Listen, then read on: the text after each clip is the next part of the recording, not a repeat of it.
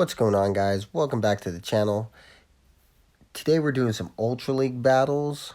Um, we're in rank 9 right now. The team I'm running is Swampert, Togekiss, Giratina.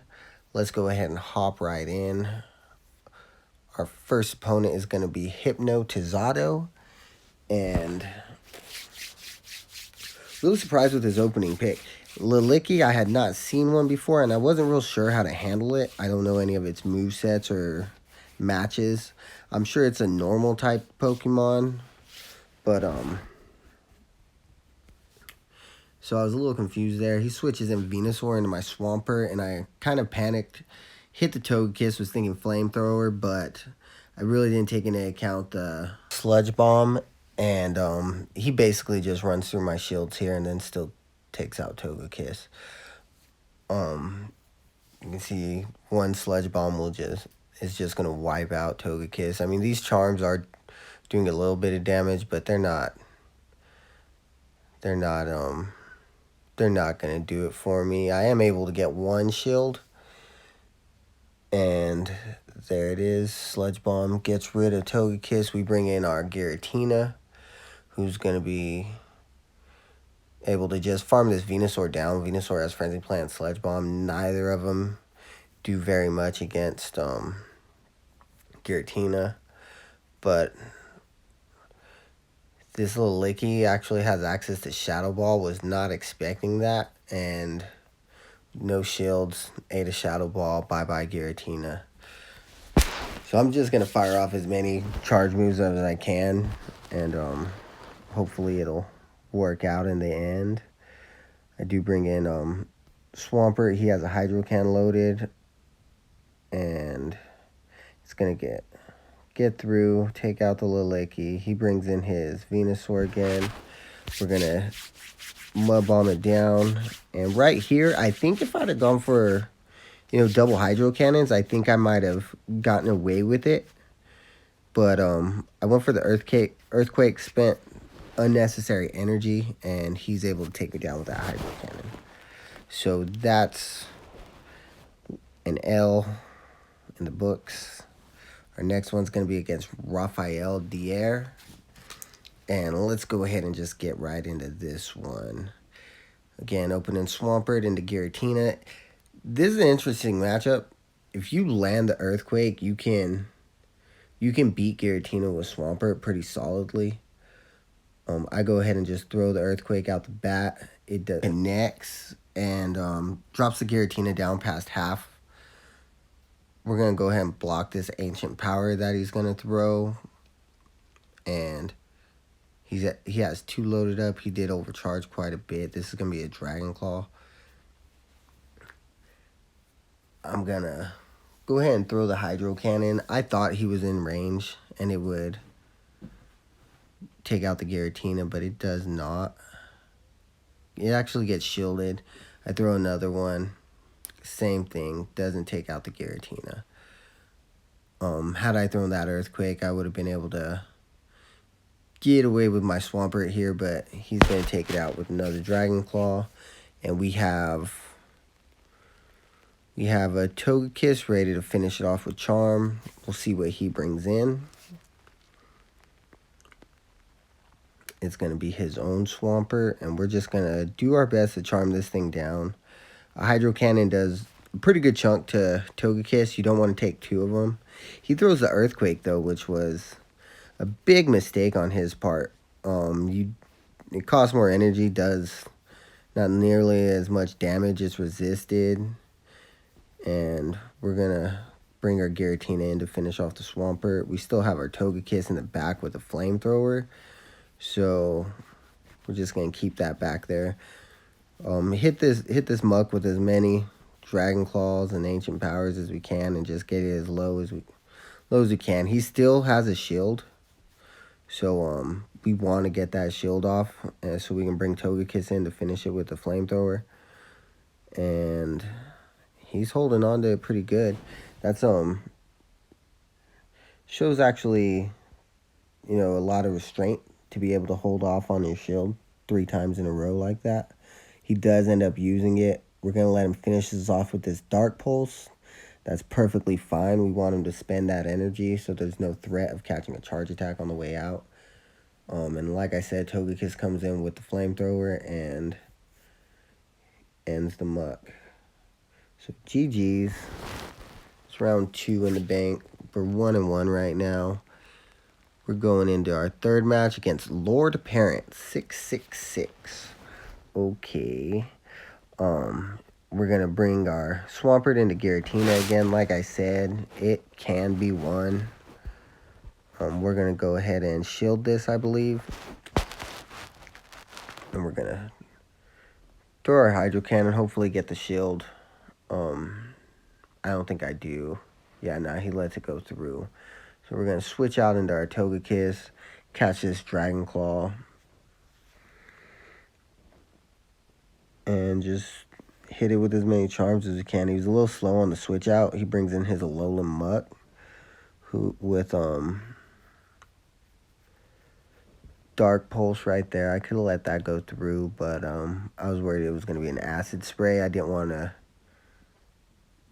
take the chance. I think it does the same amount of damage, but it has a debuff. Again, he's gonna hit us with I believe this is the Acid Spray. Yeah.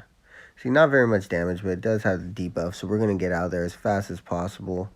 We're going to feint it down with our Swampert. And we're going to hit this Giratina with a Hydro Cannon as soon as it comes out.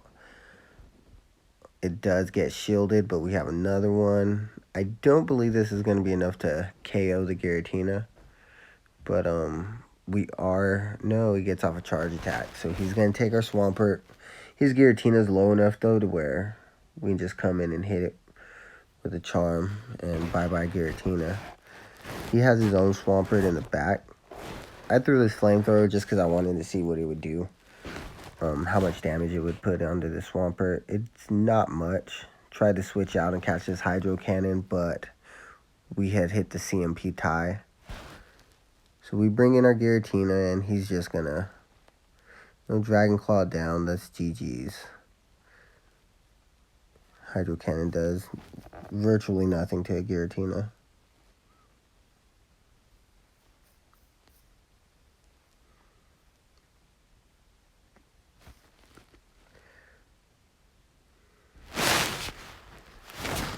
You know, this is a pretty meta team. I don't know if you'd say it's a meta team, but it does counter a lot of the main meta, such as Giratinas and the Registeels and such. And you run into this team a lot. I've actually ran into a few people running the exact same team as me. Here we open up our Swampert into a shiny Typhlosion. He's going to switch into his Venusaur and catch his Hydro Pump. That was an excellent switch on his. We're not going to make the same mistake we did last time. We're going to bring our Giratina into this Venusaur, and it's just time to farm up, get as much energy as we can off of this Venusaur. None of his attacks are going to be doing any significant damage to Giratina. We are going to throw one charge attack just because we don't want to take too much damage. And then we're going to continue to farm down and see what he has in the back. It's a Clefable, so kind of panicked there. Was trying to switch out, I really just threw this Dragon Claw to count down the switch timer so I could get out of there with my Giratina.